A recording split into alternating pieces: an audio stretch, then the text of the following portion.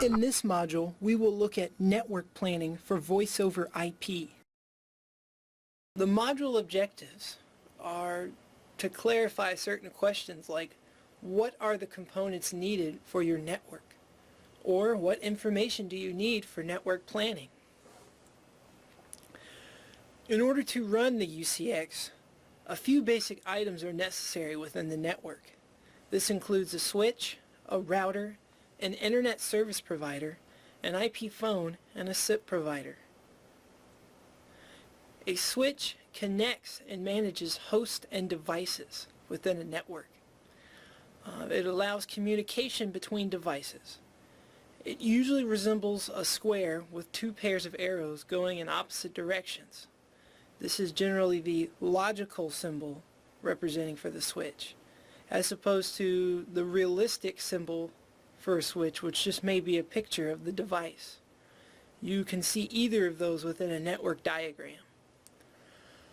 These are also necessary for phone calls inside of the network, which means if you want to contact your coworker within the same office, a switch is necessary. You cannot make phone calls outside of the network without a router. A router connects different networks, and it allows access to the internet. It usually resembles a circle with 4 arrows pointing in different directions.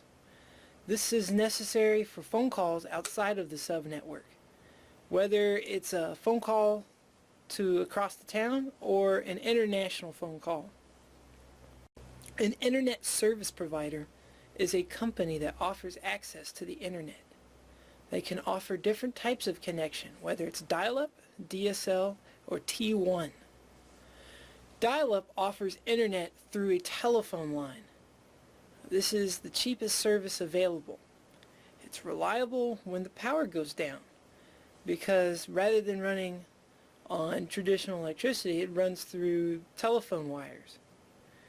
The slowest speeds offered for internet are dial-up, and are vulnerable to disconnection or dropouts, meaning if someone picks up a phone, a traditional phone, or somehow gets you knocked off the internet.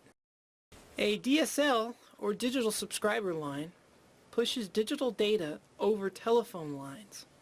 This is faster than regular dial-up, and upload speeds are slower than download speeds. And usually power outages can be a problem for DSL. T1, or T-carrier digital line, is the fastest service of internet.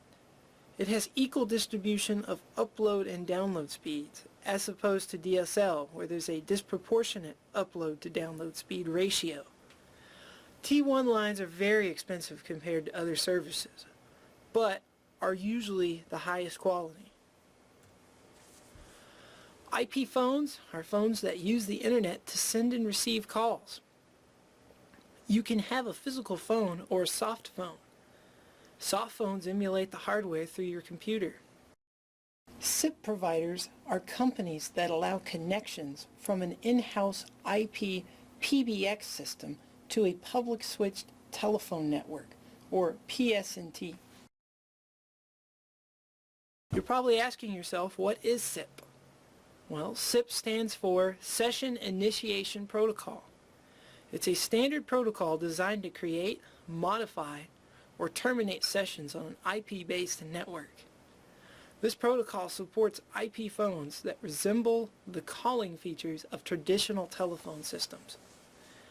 Sipp allows for one connection to take care of multiple items, which include voice, video, and data. Sipp usually deals with communication sessions, such as internet telephone conversations. The advantages of Sipp include low cost, as opposed to having a traditional landline telephone system. There's bigger bandwidth for higher call volume. Sipp can cover all phones in the office, as opposed to having to pay for a separate line for each phone with a traditional phone connection. Sipps maximize capacity and flexibility. They can easily add, remove, or assign groups to any voice over IP phone. The different types of internet connections for Sipp. Start off with a private line, which is generally a fiber optic connection or T1 line. This has the highest call carrying capacity and is the most reliable and secure connection. Standalone DSL with dedicated bandwidth is more bandwidth on a dedicated line while still affordable. There's low throughput for calling capacities, and uptime speeds are disproportionate to download speeds. Using your existing internet connection is the cheapest method, but it's very unsecure and not reliable. Well, what else is needed to plan your network? Well, something that's really important is doing a site survey, which is a visual map of all devices and important information on a network. Site surveys are helpful in knowing how the network functions, and this allows you to inventory what devices you have or do not have. The most important things when writing down on a site survey are generally the IP addresses of each device, the subnet mask of each subnet within your network, and any VLANs that may be configured. Here we have an example of a single site survey, meaning if someone had a small office and had to furnish 3 phones, 4 computers with E-MetroTel's UCX system. In this case, we've separated 2 VLANs, one dedicated for voice and one dedicated for data with computers. Both of VLANs go into one switch, which manages both separately, and everything goes through the router.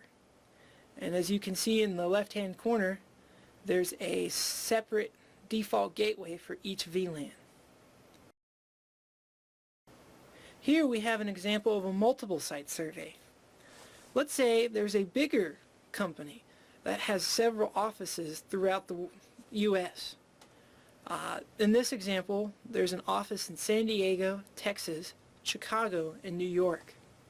All 4 are connected together through the internet, but through each office they have their own separate VLANs, separating their voice and data.